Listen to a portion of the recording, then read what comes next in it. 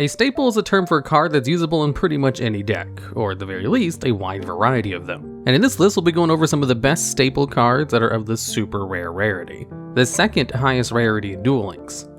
And at number 10, we have Raiden, Hand of the Lightsworn. This is a level 4 tuner monster with the effect where you can send the top 2 cards of your deck to the graveyard, and if any of the cards you sent were Lightsworn monsters, this card gains 200 attack for each one sent until the end of your opponent's turn. Additionally, during the end phase, you can send the top 2 cards of your deck to the graveyard. So, what's really good about this card is the fact that in one turn, you can send 4 cards from your deck to the graveyard with Raiden, which is the most amount you can mill with a single normal summon. That's also completely generic and doesn't require its archetype. Raiden simply gains extra effects if it interacts with its archetype, but it's not required. Even cards like Card Trooper only mill 3 cards, and then leaves you with a sitting duck afterwards that only has 400 attack on the field. Plus, Raiden is a tuner, and level 4 tuners themselves are valuable on their own, which is kind of bonkers that it's also attached to a card that is already super valuable for being able to mill 4 cards. And also, Raiden can be searched out with Charge of the Light Brigade, which is a spell card that allows you to send the top 3 cards of your deck to the graveyard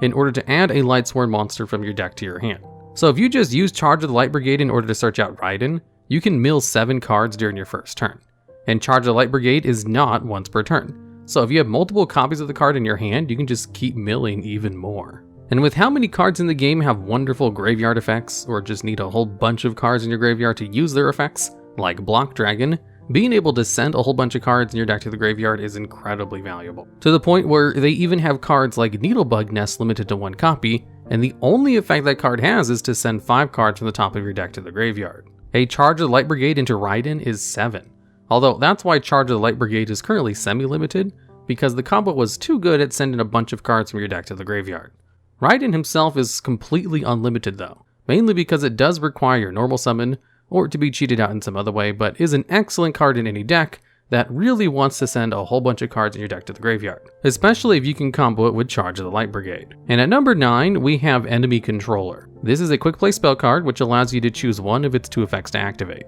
where you can either change one of your opponent's monsters' battle positions, or tribute one of your monsters to take control of one of your opponent's face-up monsters until the end of the turn. And seeing as both of these effects are good, especially the ability to steal your opponent's monster, it has kind of been a staple in the game ever since the game came out, as the card was easily available since it was just a drop from an NPC farm. And the card has just kind of never stopped seeing competitive play, even though a whole bunch of other, much better cards have been released since Enemy Controller's first introduction. And the main reason for that is that stealing your opponent's monster for a turn is just super versatile. Say for example, your opponent has a monster in the field which is immune to destruction effects, or just has a really high attack point value. Normally, it would be difficult to remove those monsters from the field. However, with Enemy Controller, you can just remove that monster from your opponent's field for a turn, and even attack with them, and there's almost no boss monster in the game that has protection from Enemy Controller, unless they have some way to just negate spell effects on a whole, or can't be targeted. And also, if you're not trying to steal one of your opponent's hard to get rid of boss monsters, the card is just good defensively in order to stall out one attack for a turn, or to be used on your turn in order to beat over one of your opponent's monsters by putting it into defense position. So the card is both good during your turn and your opponent's turn, and can basically win you the game on its own if you're able to steal a pretty powerful monster. And it's 100% the versatility of this card that allows it to keep seeing play. If the card only had the effect to change a battle position of a monster, it definitely would have fallen out of favor already. If it only had the ability to steal your opponent's monster, it would probably still see play because that effect is really good. The fact that it has both of them is what really sells the power level of this card, especially if you brick and you don't actually have any monsters. At the very least, Enemy Controller can stop one attack and let you survive for an extra turn. And even though the card is semi-limited to 2 copies and was put on the semi-limit list very early in the game's heyday, it has still continued to see widespread play, despite the fact that there's tons of really good semi-limited cards that might take its spot in a deck. And at number 8, we have Karma Cut. This is a trap card which simply has the effect where you can discard 1 card in order to banish one of your opponent's face-up monsters, and then banish all copies of that card in the graveyard that have the same name. Now, this card is pretty prevalent in the game as a staple, and I'm sure most people would probably expect to see it at a higher spot on this list, because what's really good about this card is the fact that it banishes as its form of removal, which almost no boss monsters have protection against, and allows you to completely avoid a lot of their floating effects. The ability to also banish copies of cards from the graveyard of the same name is just a neat bonus that can sometimes win you the game against certain decks. And the most important parts of Karma Cut is the fact that it's usable whenever, and doesn't have a specific trigger. Which means if your opponent tries to destroy this card in your back row, you can just chain the card effect to whatever destruction they're using in order to gain the effect anyway. In fact, Karma Cut is so prevalent in the game that it's kind of popularized the use of Book of Moon as a way to just defend against Karma Cut, since if a card is flipped face down, it can't be banished by Karma Cut's effect. However, the reason this isn't a little bit higher on the list, even though the card is pretty widespread in its usage, is purely due to the fact that it does have that discard cost. The card is technically a -1 in card advantage, and a lot of decks just cannot facilitate a -1. So while the effect and trigger of the card are really good, if you're playing a deck that just can't really afford to discard cards, then it's just not a good option compared to a bunch of other cards that don't have discard costs, and can also be used to the same benefits as Karma Cut, kinda like Enemy Controller for example. Enemy Controller has the benefits of being usable whenever and doesn't require you to discard any cards to use. Same with Book of Moon or Paleozoic Canadia. However, none of those cards banish, which is why Karma Cut still sees play even if the deck can't really afford to go -1 for the effect.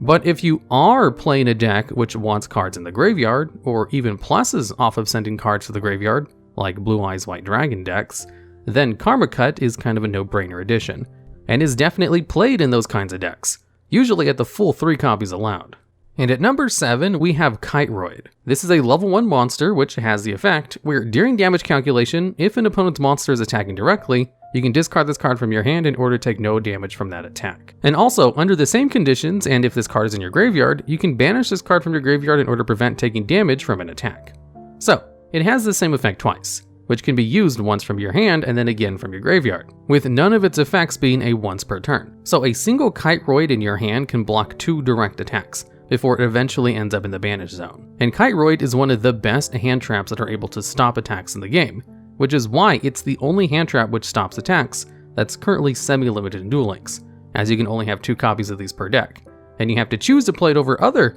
good semi-limited cards, like Enemy Controller or one of the higher spots on this list. Usually they only put really good staple cards to semi-limit, and Kiteroid definitely falls in that category, because it can just allow you to survive long enough while not having to worry about controlling a card in the spell and trap card zone that's vulnerable to destruction. The big reason people play hand traps like Kiteroid in place of better battle-related trap cards is because hand traps are almost completely safe in your hand, and you can almost 99% guarantee that you'll be able to use it to stop an attack, whereas spell and traps on the field are incredibly vulnerable to destruction, so they have to be really good in order to risk putting them on the field. And that's why cards like Kiteroid, Sphere Karibo, and Battle in Boxer Veil see so much play, even though there's a lot of other better trap cards that can also stop attacks, and give you more benefits for doing so. In addition, Kiteroid is very easy to get as it's just purchasable from the card trader, which probably also added to its popularity, making it one of the best staples for free-to-play players. And at number 6, we have Lightning Vortex.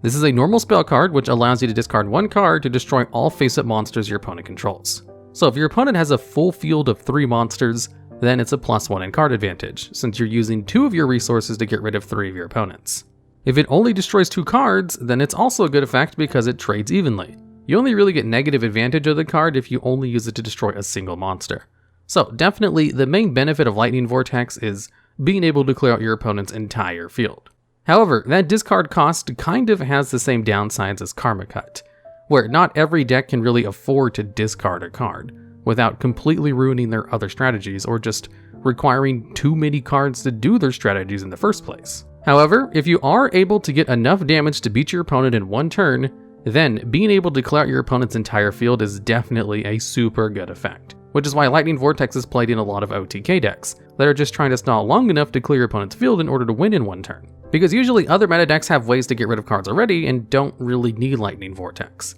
So it's mainly just using decks that are totally fine with having monsters in the graveyard, and are decks that could probably afford to use Karma Cut too, and of course OTK decks that are just trying to win in 1 turn. Although Lightning Vortex is almost purely an offensive card that you use if you're trying to push for a game. It's not going to help you stall out a turn like a lot of other traps and quick play spell cards would, and if you just need spell or trap card support in order to allow you to live long enough to do your plays like normal, then Lightning Vortex won't really help you out with that. But if your deck is all about just putting a whole bunch of damage on the board really fast, Lightning Vortex is one of the best cards in order to make sure you're able to push for that damage, just as long as you have a way to get rid of your opponent's back row with other cards. And this type of game strategy is used in a lot of different kinds of meta decks, which is why Lightning Vortex is slightly more popular than cards like Karma Cut or Kiteroid, which are two much more defensive cards. And at number 5, we have Super Team Buddy Force Unite. This is a trap card which has the effect where you can target one face-up card in the field, then special summon a monster from your hand or graveyard that has the same original type as that monster,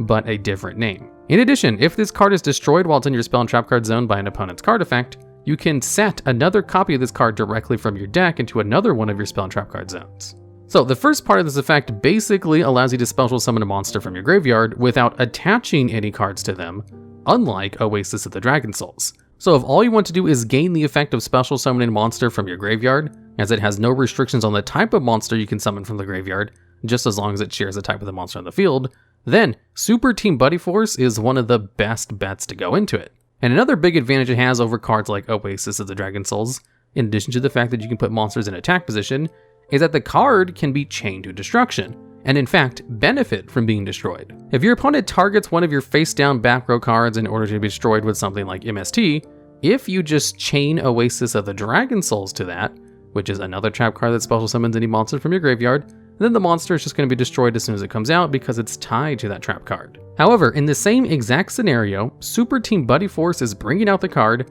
and then gets another copy of Super Team Buddy Force on the field that you can use on your next turn, basically allowing you to go +3 in card economy, as your opponent loses one card from their hand and you gain 2 cards on the field. The monster you special summon from the graveyard, as well as a second copy of Super Team Buddy Force from your deck. And it also has the added benefit where you can just special summon a monster from your hand if you want. It's much better to special summon a monster from the graveyard, but having the option to pick your hand too is always just a benefit on top of these kinds of effects, because sometimes you just need to special summon a monster from your hand rather than the graveyard because it just hasn't hit the graveyard yet. The only downside it has over Call the Haunted-like cards is that it requires there to be a monster in the field for you to use the effect, and you have to build your deck around having monsters of the same type in order to gain its full benefit, even if you are able to target your opponent's monsters for its effects as well. So Super Team Buddy Force sees a lot of play in decks that love to special summon their own monsters from the graveyard, or to just reuse boss monsters that probably leave the field quickly. So the card sees play in decks like Magnet Warriors, Desperado Barrel Dragon, Magician Girls, and even Melodious decks,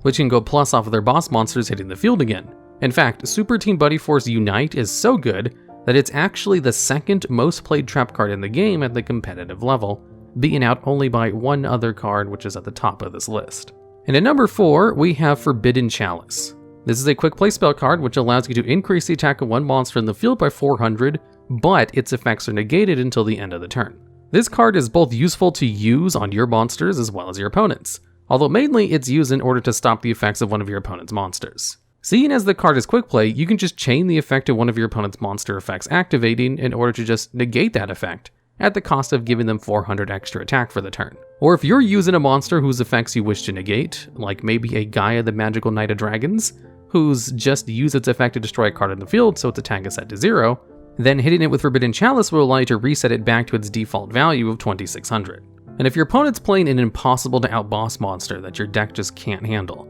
like maybe a Bloom Diva the Melodious Choir, who can't be destroyed by battle or card effects, hitting it with Forbidden Chalice will allow you to actually attack over it, or destroy it with a card effect. Or if you just need to beat over whatever your opponent's monster is and you just need a tiny bit more attack in order to get over them, Forbidden Chalice can be used offensively to increase the attack of one of your monsters. Forbidden Chalice is kind of like Enemy Controller, where it has tons of versatility that allows it to see lots of competitive play in a whole bunch of different kinds of decks, and is also not restricted in any way on the ban list. So being completely unlimited and useful against pretty much every deck, it sees a lot of competitive play. The more versatility a singular card has, the more play it usually sees, if the versatility is actually useful, like in the case of Forbidden Chalice or Enemy Controller, or if you look in the TCG cards like Infinite Impermanence. And at number 3, we have Diamond Direwolf. This is a generic rank 4 Xyz monster that just requires any 2 level 4 monsters as its materials, and has the effect where, once per turn you can detach one of its materials to then target a Beast,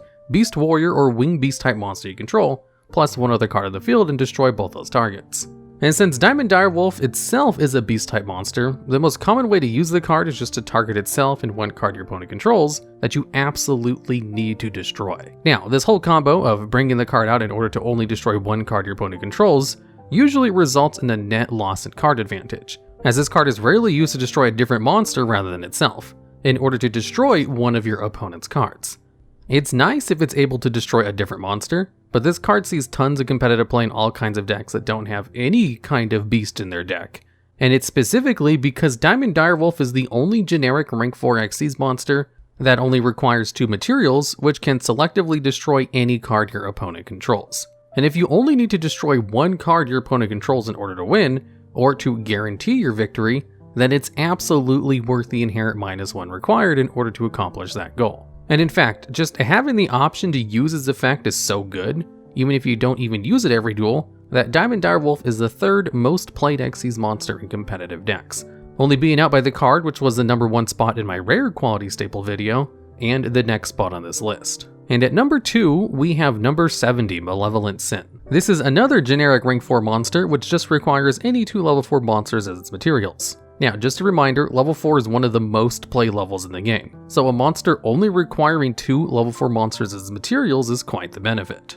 And Malevolent Sin also has a pretty good effect, where once per turn it can detach one of its materials to banish one of your opponent's monsters until the next standby phase. Also, if this card attacks, at the end of the damage step it gains 300 attack and increases its rank by 3. The increase in rank doesn't really mean anything, but if this card is able to attack a single time, then you end your turn with a 2700 attack beatstick, which can make it one of the highest attack rank 4 monsters you can bring out with only 2 generic materials, seeing as the whole point of Gemnite Pearl is being a big beatstick for generic rank 4 materials, and Gemnite Pearl is only 2600 attack. So Malevolent Sin, even though it only removes the monster temporarily, the way it removes the card allows you to get past a whole bunch of annoying boss monsters you might run into. Like if your opponent is stalling out with a Bloom Diva the Melodious Choir, who can't be destroyed by battle or card effects. You can just temporarily remove it in order to attack directly to win. In fact, being able to remove any of your opponent's monsters temporarily is just really good against pretty much every deck, to the point where if you can only afford to have space for one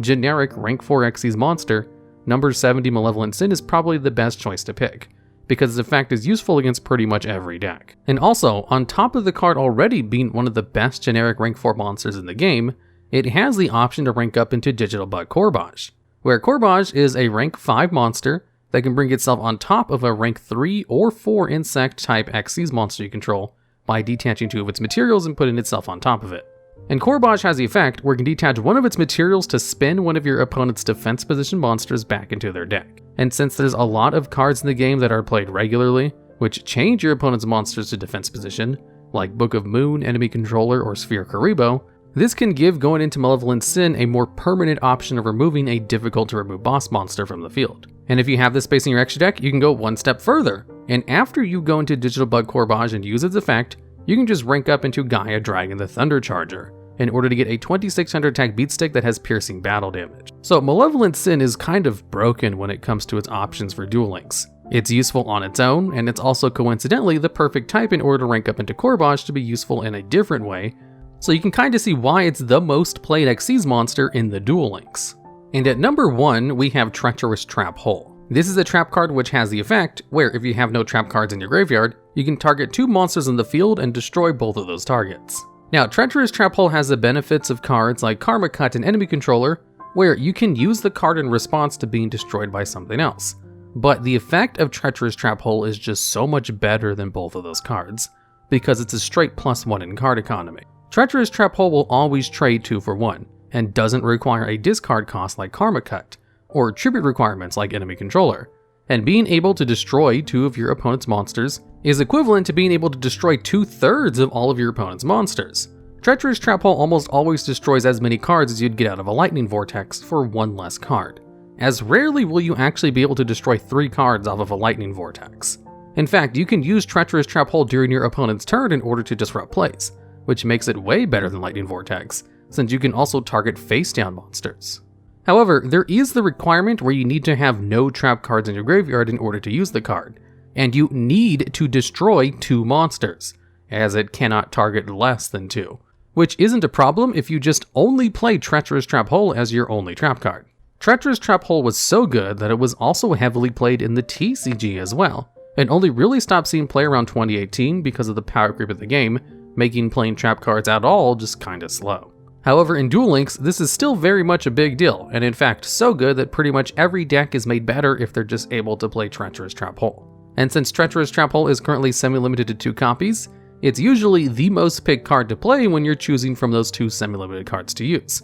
which should really say something about how good Kiteroid and Enemy Controller are, if people are still choosing to use those cards, when they can instead just play 2 copies of Treacherous Trap Hole, to increase the chances that they'll draw one of them. Because even if you can't resolve the second copy of Treacherous Trap Hole at all, it's always a good idea to play as many copies of your best card in your deck as possible, so that you'll actually be able to draw into it. And you can always just ditch the second copy of Treacherous Trap Hole from your hand if you have some kind of discard effect, like Lightning Vortex or Karma Cut, or if you have some skill that allows you to reset the traps in your graveyard, which they have nerfed in recent years, so it's not as common as it used to be. Treacherous Trap Hole is easily the best staple card that's of super rare quality, and is one of the best staple cards in the game that's not banned, and is definitely a top contender to be banned sometime in the future, because of just how useful it is in pretty much every single deck. I'm still kind of surprised they put Treacherous Trap Hole in Duel Links, and so early too, because I remember playing the card in my Frog Monarch decks back in the day in the regular TCG.